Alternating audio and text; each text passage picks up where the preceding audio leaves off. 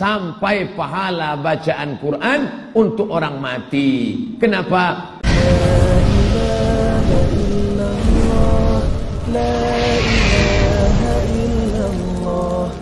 Bismillahirrahmanirrahim. Assalamualaikum warahmatullahi wabarakatuh.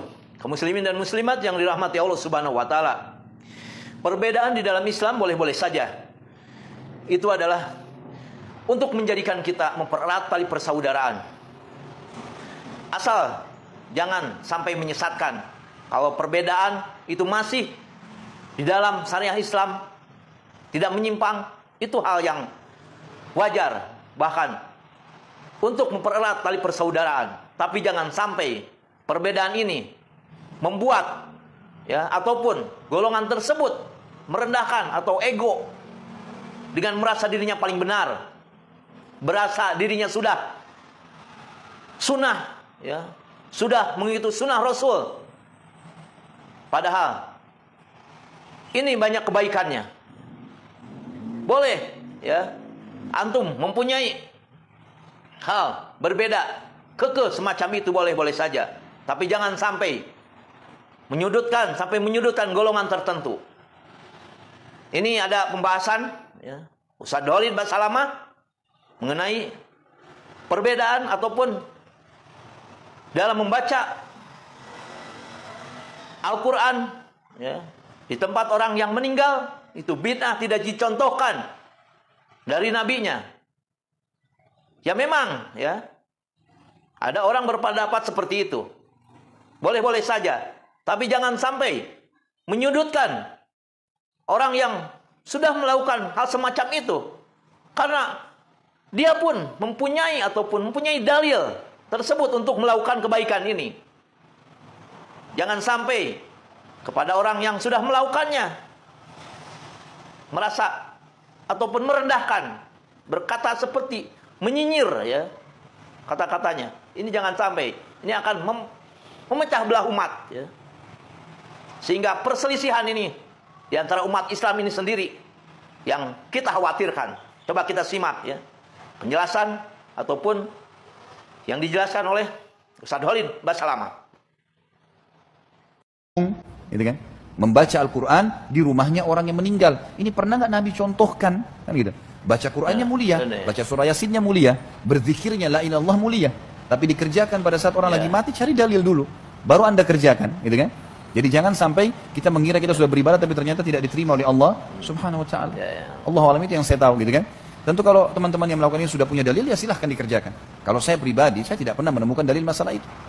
Nah, di sini pun Tuan guru kita Ustaz Abu Somad menanggapi hal ini. Bahkan Ustaz Abu Somad mempunyai dalil tersebut sehingga melakukannya. Nah, ini mungkin nih Ustaz Khalid Basalamah belum sampai ilmunya sampai ke situ, sehingga yang dikatakannya merasa dirinya paling benar. Nabi tidak mencontohkannya, tapi ini dibantah Ustaz Abu Somad, lebih luas ini ilmunya untuk dipaparkan. Kalau toh ini menjadikan kebaikan, jangan jadi perpecahan gara-gara amalan-amalan seperti ini. Coba kita simak paparan yang lebih jelasnya dari Ustaz Abu Somad. Karena ini kebaikan boleh dilakukan, membaca Al-Quran tempat orang yang meninggal. Bisa dikatakan juga tahlilan juga Coba. Fahuwa ma'mulun bihi, maka pendapatnya itu diamalkan. Riwayatnya itu terpercaya, tak boleh dibuang. Kenapa begitu? Yalzamu min zalika ayyakuna Syafi'i qailan biwusuli. Dengan demikian maka dapat dipahami bahwa Imam Syafi'i berpendapat biwusuli thawabil Quran, sampai pahala bacaan Quran untuk orang mati. Kenapa? Li'annal Qur'ana asyrafuz zikri, karena Quran adalah zikir yang paling mulia. Subhanallah mulia, alhamdulillah mulia, Allahu Akbar mulia, astagfirullah mulia, la ilaha illallah mulia. Tapi ada yang lebih mulia, apa dia? Quran. Kalau zikir subhanallah aja sampai untuk orang mati, apalagi Al-Quran. Ini yang bicara ini siapa? Bukan Abdul Somad. Siapa yang bicara ini? Al-Hafiz Ibnu Hajar Al-Asqalani. Nama kitabnya Al-Imta'. Nama penulisnya Al-Hafiz.